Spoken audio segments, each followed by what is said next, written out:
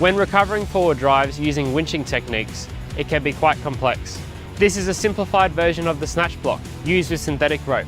Let me introduce you to the CAOS product, the 6-inch recovery ring and the 4-inch recovery ring. Some would say, without moving parts, it could potentially be safer. So what are they made out of?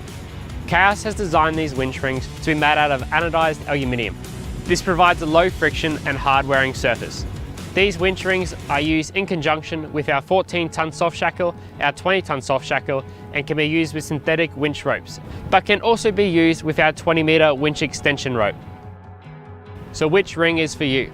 Our 4-inch ring can deliver up to 8-tonne working load limit, and our 6-inch ring can deliver up to 14-tonne working load limit.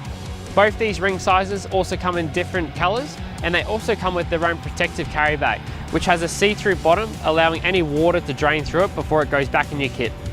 Both these rings are backed with a CAOS lifetime warranty. For more information on these winch rings and other four-wheel drive recovery gear, jump onto the website at caos.com.au.